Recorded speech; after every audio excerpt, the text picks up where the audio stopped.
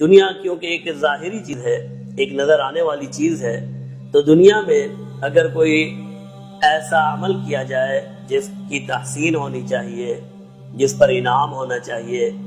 جس کو قابل فخر سمجھنا چاہیے، تو وہ بھی ظاہری عمل ہوگا۔ اور اگر کوئی ایسا جرم ہے نعوذ باللہ جس پر کوئی سزا ہونی چاہیے، کوئی تعقیب ہونی چاہیے، کوئی غضب اور غصے کا اظہار ہونا چاہیے، تو اس کا بھی تعلق ہمارے ظاہر سے ہوگا۔ باطن کا تعلق پھر ہماری اخروی زندگی سے ہے۔ جب ہم قیامت کے دن دوبارہ زندہ کیے جائیں گے اور اللہ کی بارگاہ میں پیش کر دیے جائیں گے، اس دن پھر ہمارے باطن پر ہمارے اعمال کا دار و مدار ہوگا۔ اور بہت سے لوگ ایسے ہوں گے جو دنیا میں نیکیاں کرتے ہوں گے، لیکن ان کا باطن کیونکہ درست نہیں ہوگا تو ان کی نیکیوں کا کوئی صلہ انہیں نہیں ملے گا۔ اور بہت سے لوگ ایسے ہوں گے جو اپنے باطن کی وجہ سے، اپنے نیت اور ارادے کی وجہ سے بخش دیے جائیں گے۔ حضرت عبداللہ بن عتبہ روایت کرتے ہیں کہ عمر بن الخطاب رضی اللہ تعالی عنہ سے میں نے سنا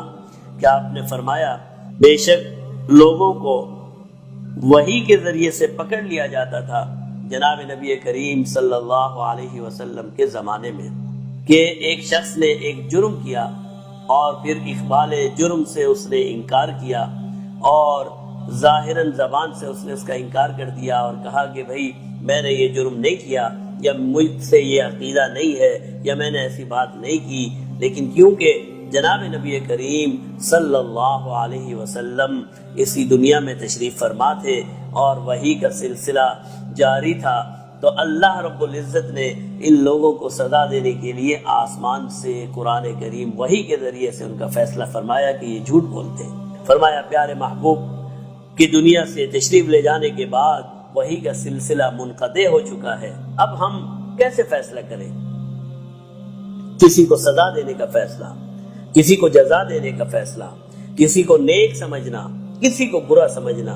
کسی کے عمل پر اسے کیا سزا مرتب ہوگی یا نہیں ہوگی، اب ان کا فیصلہ کیسے ہوگا؟ سیدنا عمر الخطاب فرماتے ہیں وَإِنَّمَا نَأْخُذُكُمُ الْآنَ بِمَا ظَهَرَ لَنَا مِنْ أَعْمَالِكُمْ، فرمایا اب ہم تمہیں پکڑیں گے،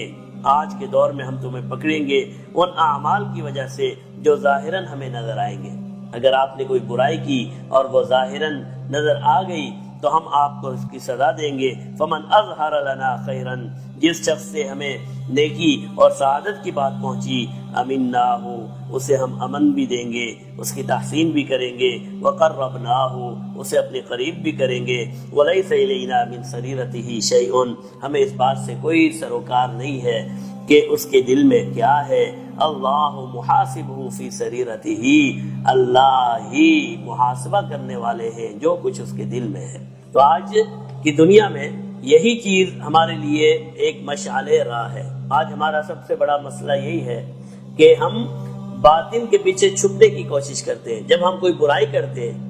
جب ہم سے کوئی خطا ہو جاتی ہے اور کوئی ہمیں کہتا ہے کہ جی یہ تو غلطی آپ نے کر لی، تو ہم یہ نہیں ہے کہ اپنا قصور مان لیں، ہم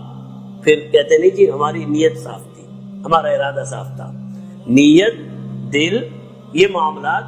آخرت میں سامنے آئیں گے۔ ہمیں جناب نبی کریم صلی اللہ علیہ وسلم نے یہی سمجھایا کہ دنیا میں جزا اور سزا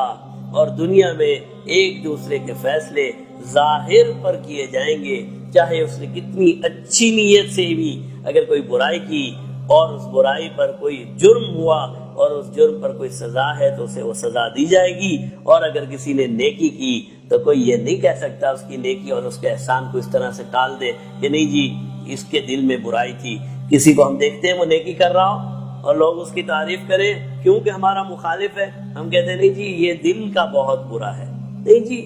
میں اسے جانتا ہوں یہ دل کا بہت برا ہے۔ اور اسی کے بالکل برعکس ہم اپنے لیے فیصلے کرتے ہیں۔ اگر کسی برائی میں ہم پکڑے جائیں، اگر کسی خرابی میں ہم پکڑے جائیں، یا کوئی ہمیں کہے کہ آپ کے اندر یہ گناہ موجود ہے، تو ہم فوراً اپنے دل کو سامنے لے آتے ہیں، نہیں جی میرے دل میں تو یہ ارادہ نہیں تھا۔ اللہ کے بندو، اللہ تو بہتر جانتا ہے کہ آپ یہ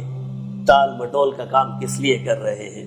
آج ہماری بدگمانیوں کی بنیادی وجہ یہ ہے کہ ہم ظاہر سے زیادہ کہتے ہیں نہیں جی دل اس کا برا ہوگا، اس کا یہ نیت اور ارادے کا خراب ہوگا۔ اللہ کے بندو، دنیا میں اعمال کا دار و مدار شریعت نے ظاہر پر رکھا ہے. اگر ظاہری طور پر آپ کے ساتھ کوئی احسان کر رہا ہے تو آپ کو اس کا احسان ماننا چاہیے، اور اگر ظاہری طور پر کوئی گناہ کا کام کر رہا ہے، کوئی انسانیت کو نقصان پہنچانے کا کام کر رہا ہے، تو آپ اس طرح اسے نہیں چھوڑ سکتے کہ آپ کہتے ہیں کہ نہیں جی ان کی نیت اور ان کا ارادہ ہمیں اچھا معلوم ہوتا ہے. آج یہی ہو رہا ہے کہ قتل و غارت گری، اس طرح کے معاملات، لوٹنا، کسوٹنا، ڈکیتی کرنا غیر شرعی کام ہے. آپ کیوں ہیرو بنا کر ان لوگوں کو پیش کرنا چاہتے ہیں جو اللہ کے نافرمان ظاہراً نظر آتے ہیں، دل میں ان کے کچھ بھی ہو؟ آج کے دنیا کے فیصلے انسان کے ظاہر پر ہوتے ہیں. اللہ رب العزت ہمیں عمل کی توفیق عطا فرمائے.